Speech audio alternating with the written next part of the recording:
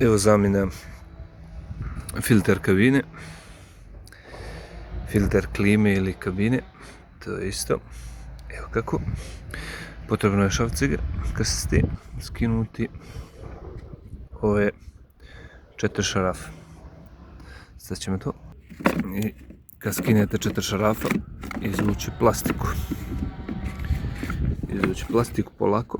Evo. I evo ga filtr.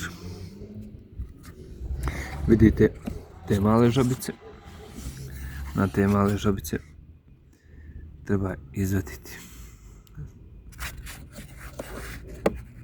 Jedna, druga. Kada otkačite u žabica, polako ga izvući, pa ne pršina od njega. Pogledamo ima li kakvog smeća. Nema. I sad u ovaj okvir drugi staviti, novi. Sad ćemo to uraditi.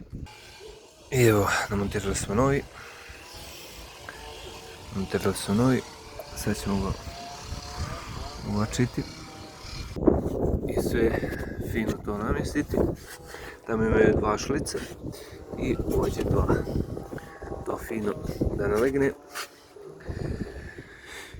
I to je to. Sad ćemo vratiti ovu plastiku. I evo, vratili smo plastiku. Sad ćemo zavidjeti 4 šarafa.